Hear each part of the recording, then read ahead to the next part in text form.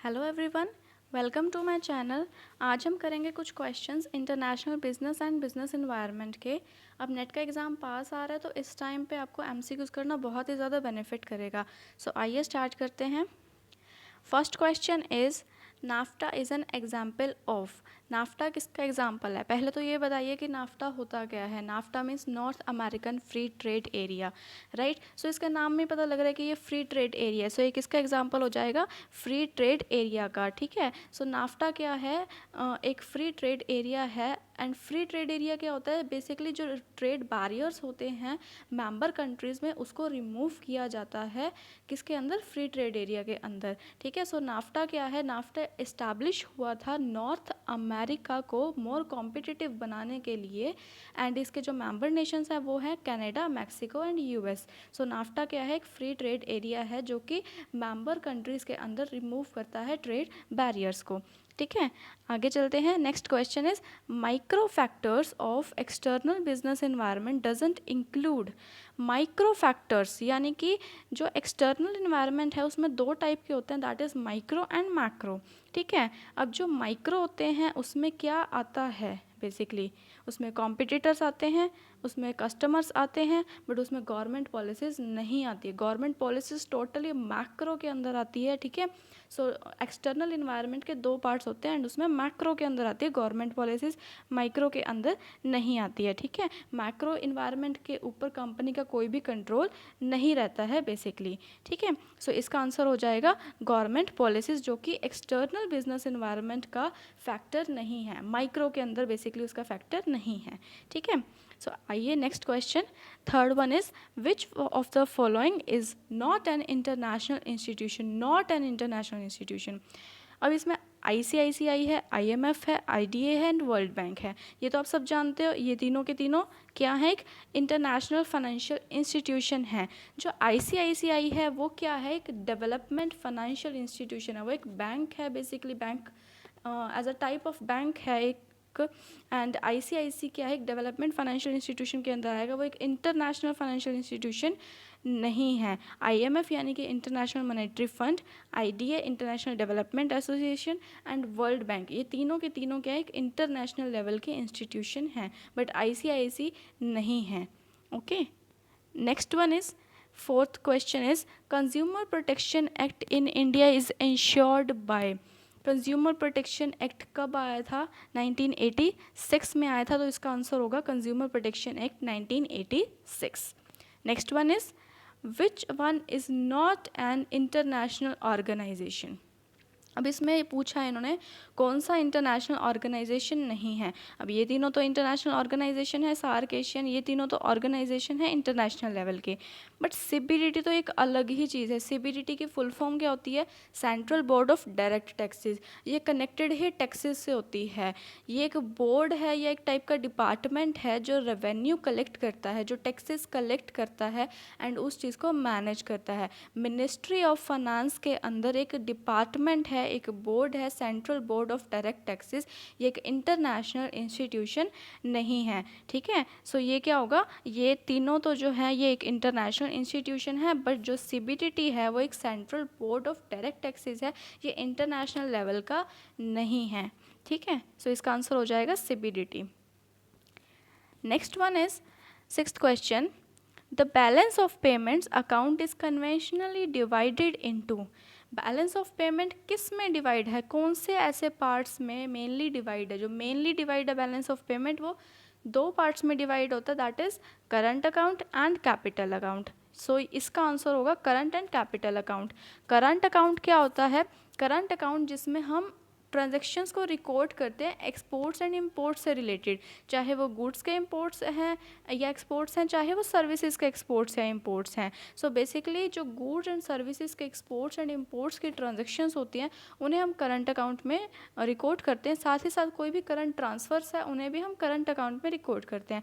And इसमें जो दूसरा अकाउंट है that is capital account.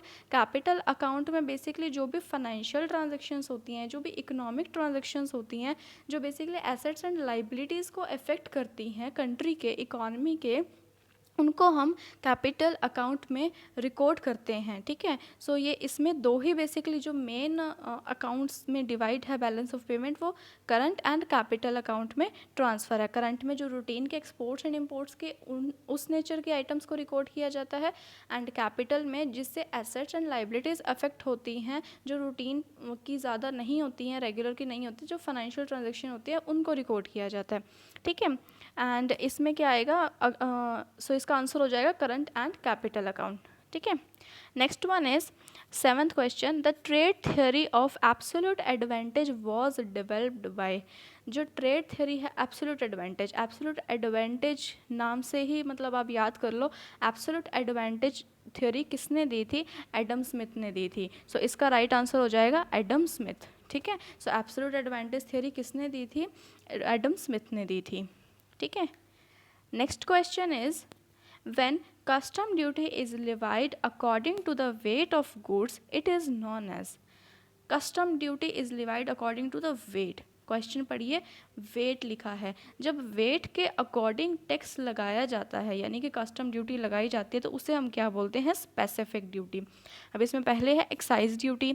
Excise duty तो क्या होता है? वो तो मैन्युफैक्चरिंग पे लगता है, वो एक इनडायरेक्ट टैक्स होता है जो सेल पे लगता ही नहीं है जब गुड्स मैन्युफैक्चर होते हैं, यानी कि इसमें सिर्फ और सिर्फ गुड्स की कॉस्ट इंक्लूड होती है।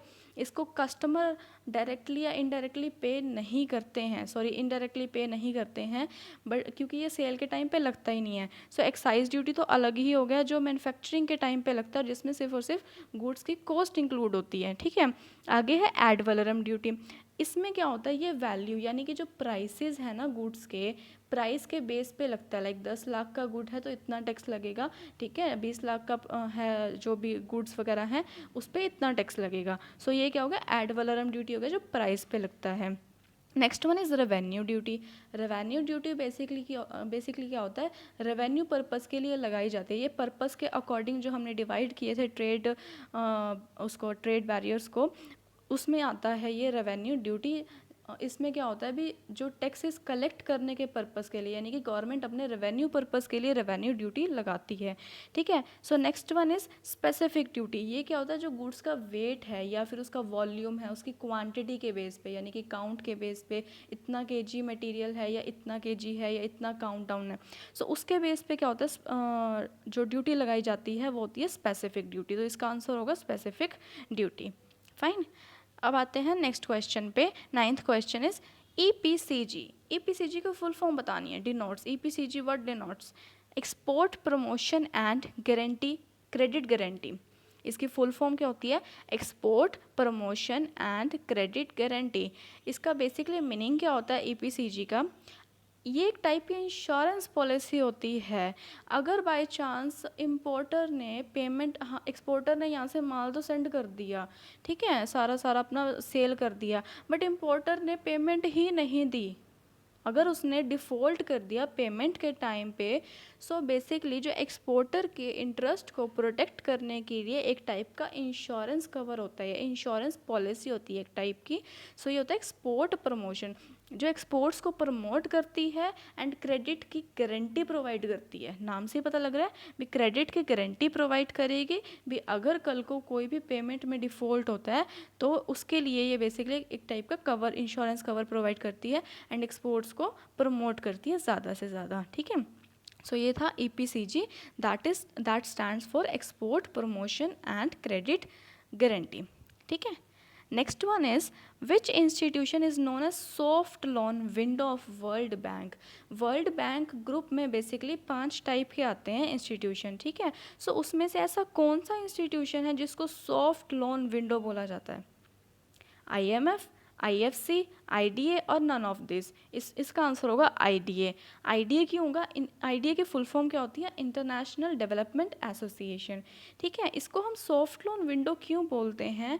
क्योंकि इसमें जो पुअरेस्ट कंट्रीज़ हैं उसको IDA लोन प्रोवाइड करता है बहुत ही ज़्यादा कम रेट्स पे, यानी कि कंसेशनल रेट्स पे लोन प्रोवाइड करता है IDA पुअरेस्ट कंट्रीज़ को। सो पुअरेस्ट की हेल्प करता है और ऊपर से मतलब बहुत ही ज़्यादा कम रेट पे ये लोन प्रोवाइड करता है। सो दैट्स वाई इसको हम सॉफ्ट लोन विंडो बोलते हैं, ठीक है।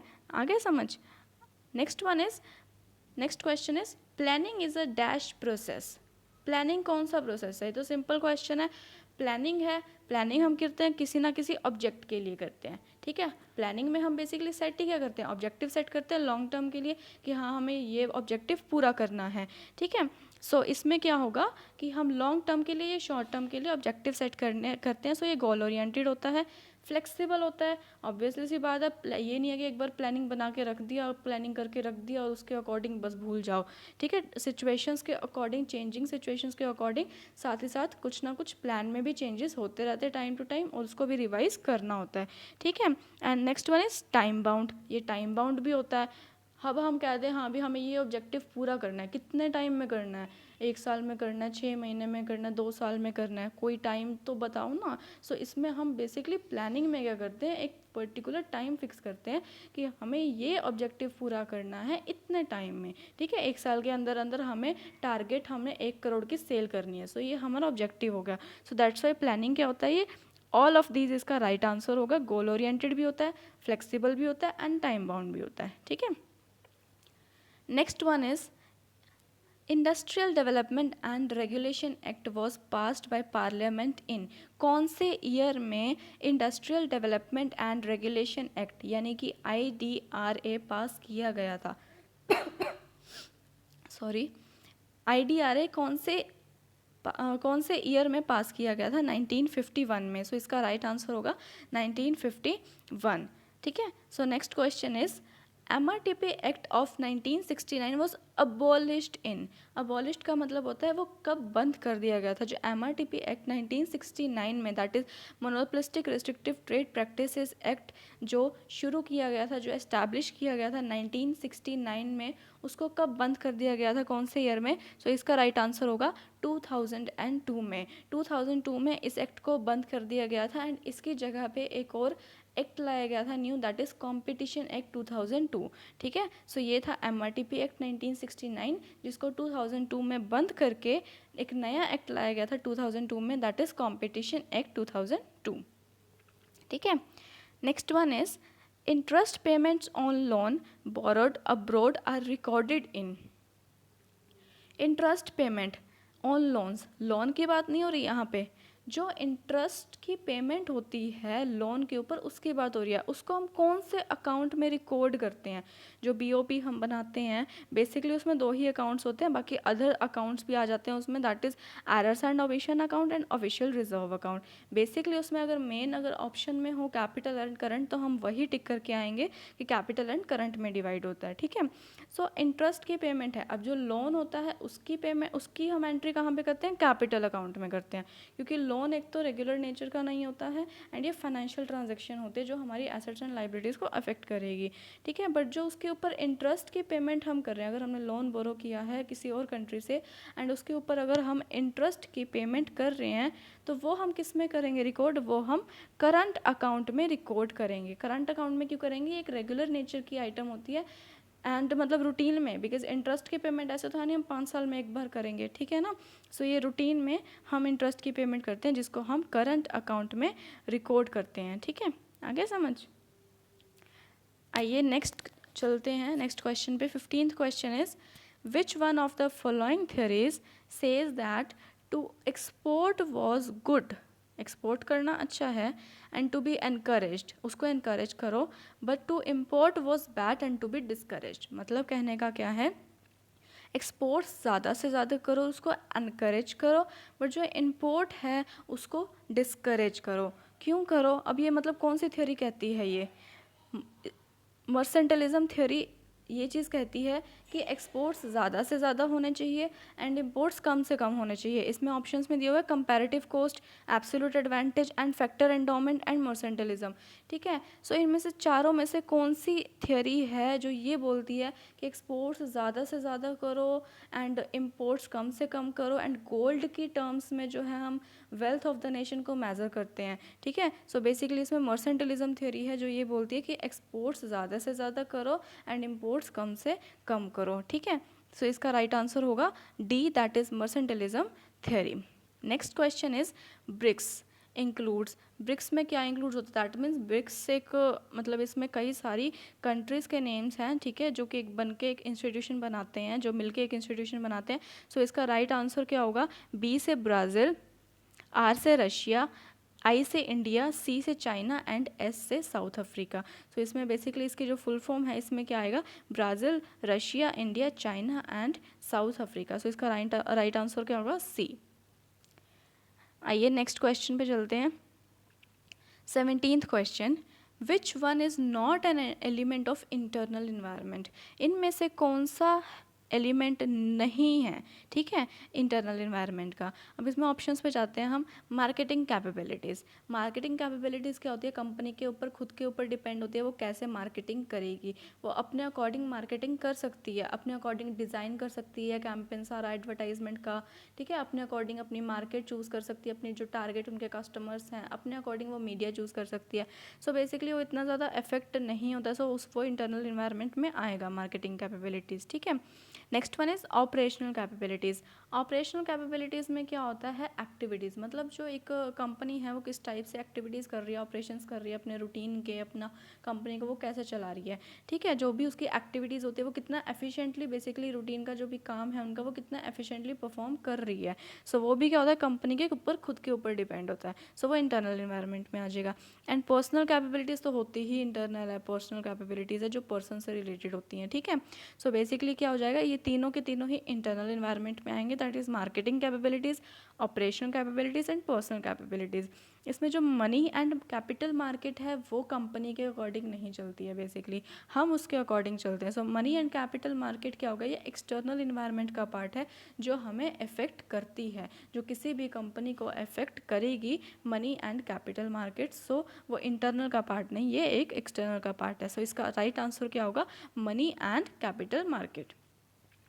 सो next question is globalisation means. Globalisation में क्या होता है, ग्लोबलाइजेशन का मेन मतलब क्या होता है कि हम जो भी ट्रांजेक्शन करते हैं outside the countries, rest of the world के साथ इंपोर्ट एक्सपोर्ट्स करना, ठीक है, एंड उनके साथ ट्रांजेक्शन्स करना. एंड मेनली जो होता है इसमें ग्लोबल लेवल पे, मतलब ग्लोबल आउटलुक को अडॉप्ट करना. सो इसमें जो सबसे बेस्ट आंसर होगा वो यही होगा, अडॉप्टिंग अ ग्लोबल आउटलुक. बाकी ऑप्शंस में अगर हम जाएँ तो setting of firms branches in other countries, normal branch खोलना, या प्रॉफिट अर्न करना, या फिर फॉरेन एफडीआई यानी कि फॉरेन इन्वेस्टमेंट को सिंपली अट्रैक्ट करना, ग्लोबलाइजेशन नहीं होता है, ठीक है. सो इसका जो बेस्ट आंसर होगा, अडॉप्टिंग अ ग्लोबल आउटलुक. इसमें सारा कुछ ही कवर हो जाएगा. सो इसका ग्लोबलाइजेशन, इसका सही आंसर क्या होगा, B, that is globalisation means adopting a global outlook. Fine. चलिए नेक्स्ट क्वेश्चन पढ़ते हैं. Next question is which among the following is not the instrument of monetary policy. Monetary policy बनाता कौन है, आरबीआई बनाती है, राइट. मतलब जो आरबीआई है वो मैनेज करती है मॉनेटरी पॉलिसी को, एंड जो फिस्कल पॉलिसी है वो एक सेंट्रल गवर्नमेंट उसको मैनेज करती है, या सेंट्रल गवर्नमेंट उसको सारा मतलब चलाती है, उसने बनाई है. बट जो मॉनेटरी पॉलिसी है उसको कौन मैनेज करता है, उसको मैनेज करती है आरबीआई, ठीक है. अब इन्होंने पूछा है कि इसमें से कौन सा इंस्ट्रूमेंट नहीं है मॉनेटरी पॉलिसी का. First one is deficit financing, second one is treasury liquidity ratio, third one is cash reserve ratio and fourth one is open market operations. अब ये तीनों के तीनों तो क्या है, एक मॉनेटरी पॉलिसी के इंस्ट्रूमेंट्स हैं, ठीक है. SLR, CRR and open market operation, ये क्वांटिटेटिव जो मॉनेटरी पॉलिसी के जो क्वांटिटेटिव इंस्ट्रूमेंट्स होते हैं ये तीनों के तीनों उसका पार्ट है. बट जो डेफिसिट फाइनेंसिंग है वो किसका पार्ट है, वो तो फिस्कल पॉलिसी का पार्ट है ना. फिस्कल पॉलिसी तो जो गवर्नमेंट मैनेज करती है, जो गवर्नमेंट चलाती है वो फिस्कल पॉलिसी होती है, ठीक है. एंड जो डेफिसिट फाइनेंसिंग है वो किसका इंस्ट्रूमेंट है, ये किसका पार्ट है, वो पार्ट है फिस्कल पॉलिसी का. और जो SLR, CRR and open market operation है जिसको कम ज़्यादा करके आरबीआई जो है पूरी की पूरी जो मनी सप्लाई है इकॉनमी में उसको मैनेज करती है, ठीक है, उसको कम ज़्यादा करके एसएलआर, सीआरआर इनको. सो इनको मैनेज करते हैं. ये सारे के सारे इंस्ट्रूमेंट किसके हैं, मॉनेटरी पॉलिसी के हैं. फाइन. आइए नेक्स्ट क्वेश्चन पे. Next question is international liquidity comprises which of the following. International liquidity में बेसिकली क्या आता है, लिक्विडिटी मीन्स जो हमारे पास कैश रिजर्व या जो मतलब इजीली कैश में कन्वर्ट हो सके, ठीक है. सो बेसिकली जो इंटरनेशनल लिक्विडिटी है उसमें दो ही चीज़ें आती हैं. फर्स्ट वन इज़ जो कंट्री के सेंट्रल गवर्नमेंट के पास गोल्ड है, गोल्ड रिजर्व है। सेकेंड वन इज़ जो डॉलर रिजर्व है कंट्री का other than the USA, USA को छोड़ के जो डॉलर रिजर्व्स है कंट्रीज़ के पास वो, प्लस गोल्ड कितना है कंट्रीज़ के पास वो। सो इसका राइट आंसर होगा A, that is first and second. इसमें दो ही चीज़ें आएंगी, गोल्ड कितना है सेंट्रल बैंक के पास एंड डॉलर रिजर्व्स कितना है कंट्रीज़ के पास। सो इसका राइट आंसर होगा ए। ठीक है, सो ये थे हमारे 20 questions in 20 minutes. I hope you like it, and अगर आपको ये वीडियो पसंद आया हो तो प्लीज़ इसे लाइक करें एंड मेरा चैनल सब्सक्राइब करें एंड शेयर करें, and all the very best for your exam. Thank you very much.